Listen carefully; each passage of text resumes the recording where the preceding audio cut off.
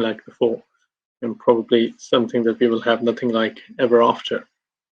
Obviously, the big major story that's hitting every single platform globally, it's hitting anywhere and everywhere, is obviously around coronavirus and how coronavirus has impacted the lives, it has impacted the way we work, it has impacted every single element that we have across within our society in some way or form, whether it's the social healthcare system, whether it's the working of people virtually, or if it is down to the hospitality of restaurants, any other segment that you can pick on has obviously been highly and badly impacted by this coronavirus situation.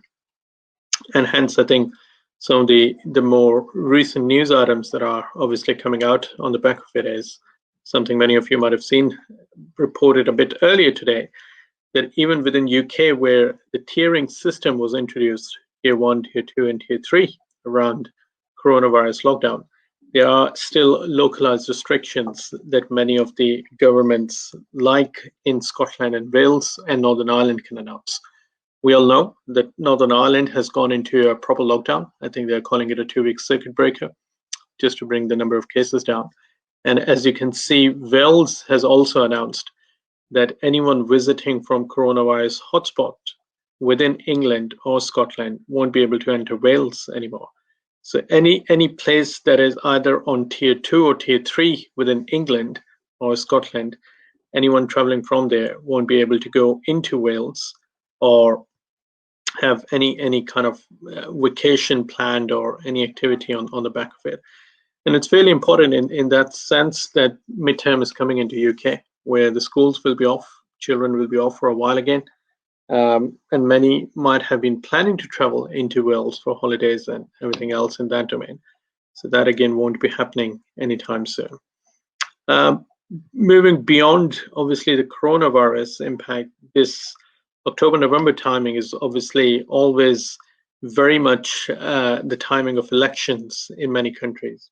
And one key election battle that is happening in this year, actually people are going to the voting booths on Saturday, is the election in New Zealand. And many of you might have been well aware of Jacinda Ardern, who's been the Prime Minister for the last 3 years in New Zealand. And she's a very, very popular Prime Minister of New Zealand because of her handling of the Christchurch situation. She was obviously the only second Prime Minister in any country globally who had a baby while she was in the office with her husband, who's a TV star.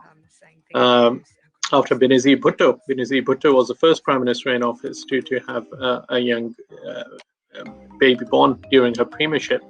But she obviously been very famous in taking her baby across in UN and on the campaign rally. But obviously her popularity really hit the global levels when she tackled the Christchurch attacks on the mosques back in 2018, where 51 people were killed and martyred by a white supremacist who was jailed for life just a few weeks earlier in the courts in New Zealand. And her leadership, her reaching out to the community of Muslim descendants and Muslim background, really put her on the global map.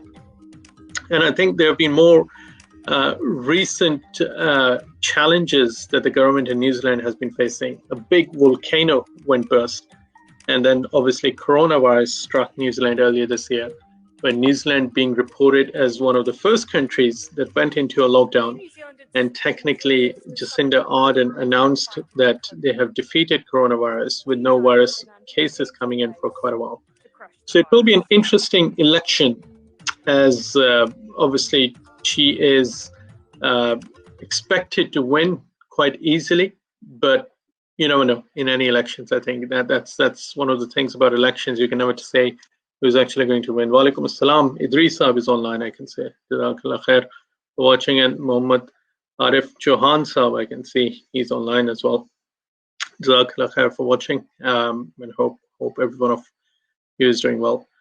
I think over on the other side, more obviously closer to Europe has been a very interesting story about the president of France, the ex-president of France, Nicolas Sarkozy, was actually being charged with criminal conspiracy. And people from Asian backgrounds might be well aware of prime ministers and presidents getting charged with different cases of conspiracy and corruption. But this is quite a big story in France, that the ex-president has been actually charged with criminal conspiracy on the back of the issue that he actually took cash from Libyan regime, Gaddafi and other people back in 2007 to fund his presidential campaign.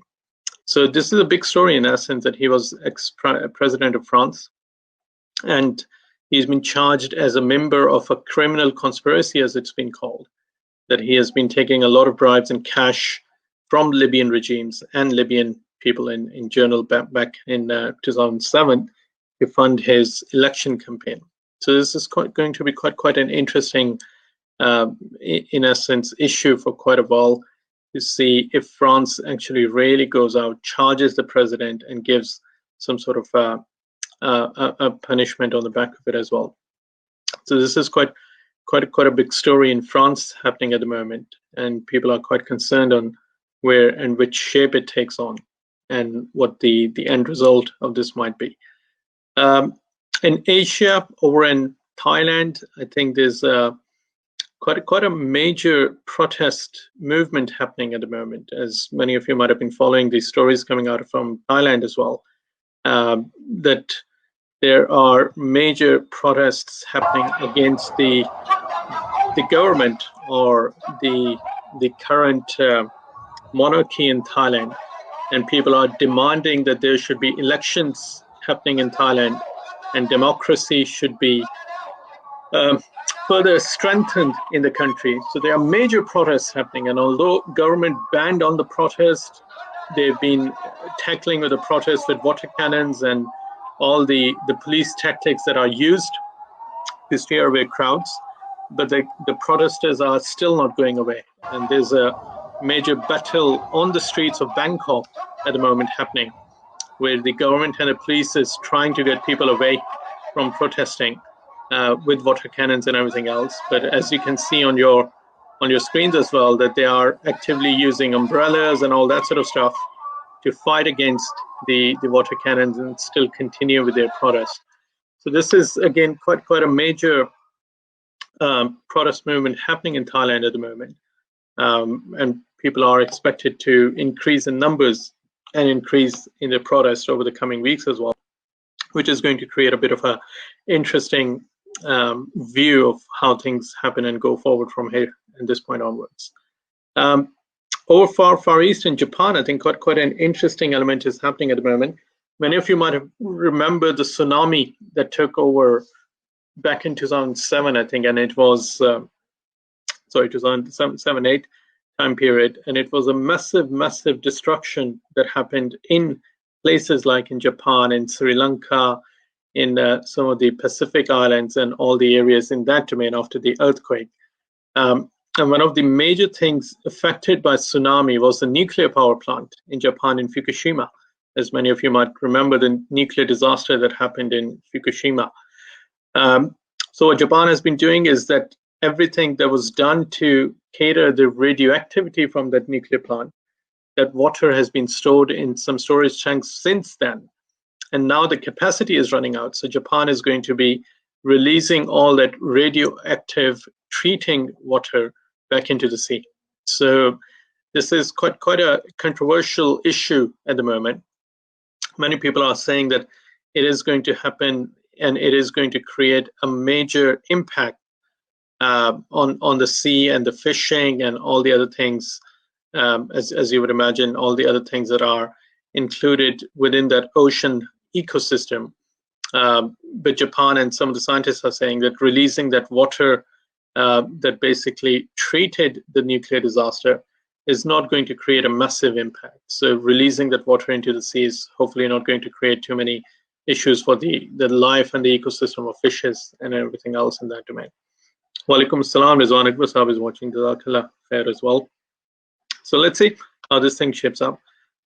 One of the, I think, the saddest stories that obviously happened earlier this year was the attack in Afghanistan on the maternity hospital. As many of you might remember, that there was an attack on a maternity hospital, and many new mothers and children who were literally born on the day were pretty much martyred in this attack.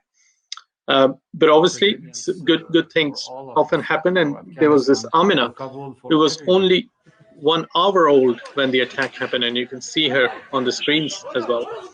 And she was quite badly injured in that attack, but now she is recovering. I think she is getting back on her feet. She is about 7 months old now, and obviously it was a sad day for Amina. She lost her mom as well, and the father, as you can see on the screen as well.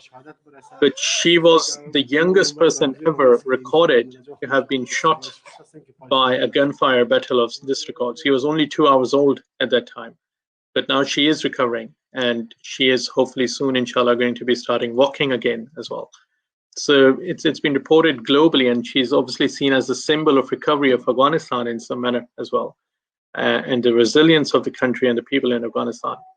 That she was only 1.5 hours old and still got shot, but still recovering, and inshallah she'll be back soon on her feet and walking properly in the future as well. More, I think one of the major things happening in Middle East is obviously many of you might have been following this war that has been breaking out in Yemen for quite a while between the Houthis and the government and what are known as the Houthi rebels in there. But things seems to be improving finally in Yemen as well. There was a recent agreement signed between the rebels and the government forces in Switzerland and in Stockholm, actually. And on the back of this agreement and the peace treaty that was signed, there has been a swapping and releasing a number of prisoners of war for quite some time. More than 400 prisoners have been released by both sides as a sign that things are hopefully going to improve in Yemen, finally, after years of fighting. And both sides are going to be coming to the table to speak to each other, and then hopefully see a lot of normality returning back to Yemen at some point as well. So you can see on your screen the prisoners that have been on each side for quite a long time now. They've been started to be released now, and United Nations, the ICRC, the International Committee of Red Cross, and some of the other people are expecting that up to 700 people will be freed during this operation of prisoner swapping. And hopefully, inshallah, things start to improve and slightly get back to normality in Yemen at some point as well. So this is, again, Walaikum Salam, Rana Sarfraz Sahab is watching as well. Jazakallah khair for watching. So we hope that with this prisoner swapping and people coming back and speaking on different elements of how things can be brought back to some degree of normality, that we see things as improving in Yemen as well. I think on the across the pond in United States, obviously elections is the biggest topic at the moment. And interestingly, the pre-polls have already started in United States. Obviously, 3rd November is the actual voting date for the presidential election, but in many areas it is always staggered in US. There isn't like just one day of elections as such.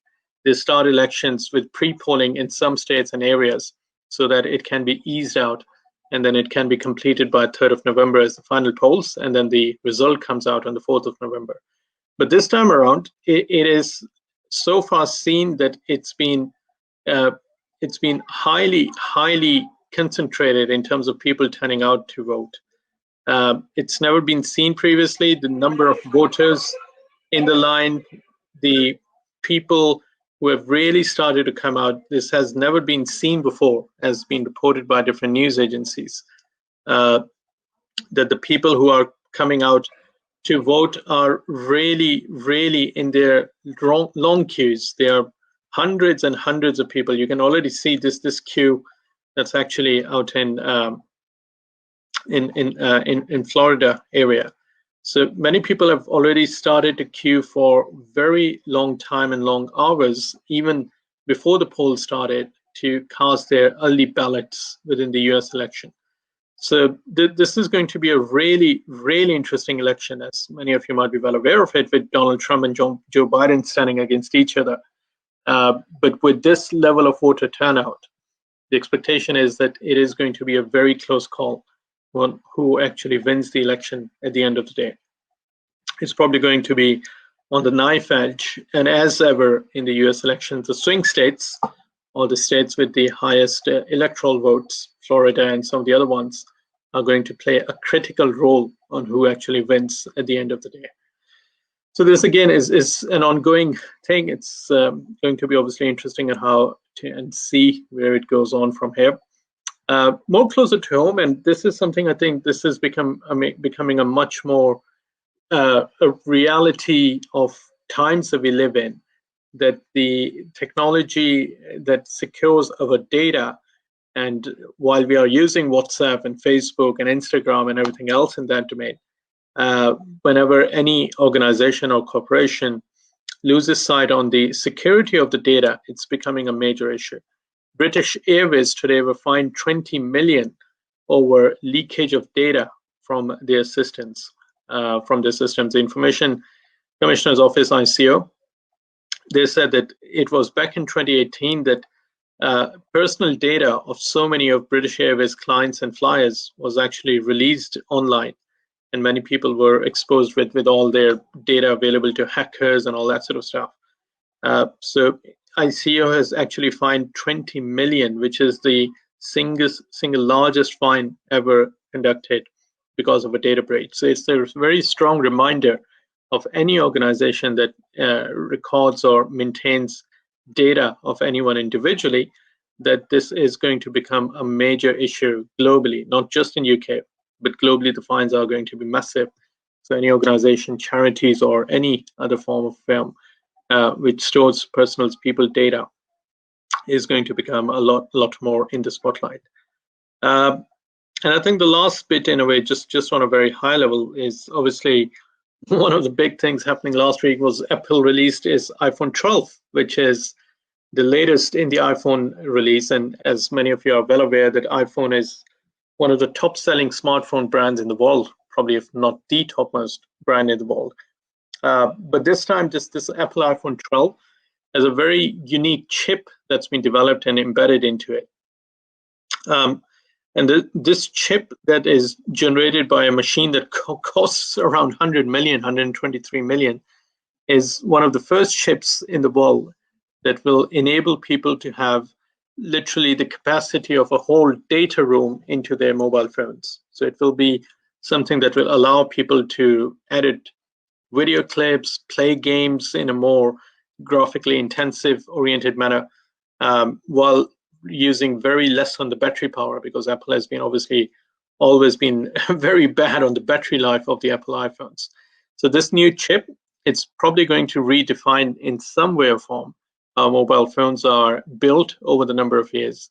And this is going to be quite interesting on how the other organization and mobile phone brands start using this new chip that is going to make smartphones a bit more faster, a bit more lighter and longer in their battery lives as well, as because the chip is going to be using UV light to create all the data on the plasma in the way it stores. So this A14 chip is this A14 Bionic chip that's been kind of integrated into the Apple 12 phones is certainly going to be something really different for the smartphones technology that we have been pretty much using for the last many years.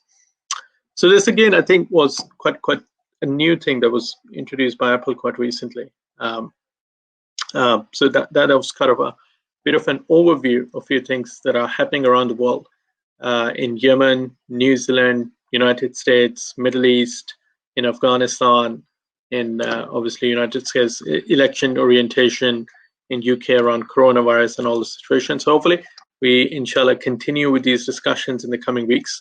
And as we hear more about updates as we go through more weeks, we'll inshallah keep sharing them as well. So Jazakallah khair for watching, and we'll inshallah continue with this from tomorrow. 7 p.m. in UK, you will hear about a panel discussion with the brothers speaking about the concept of worship. And then Sunday, obviously, it will be the special one around the marriages and matchmaking. So please do watch, and inshallah, we'll see you soon. Jazakallah khairan. Assalamu alaikum wa rahmatullahi wa barakatuh.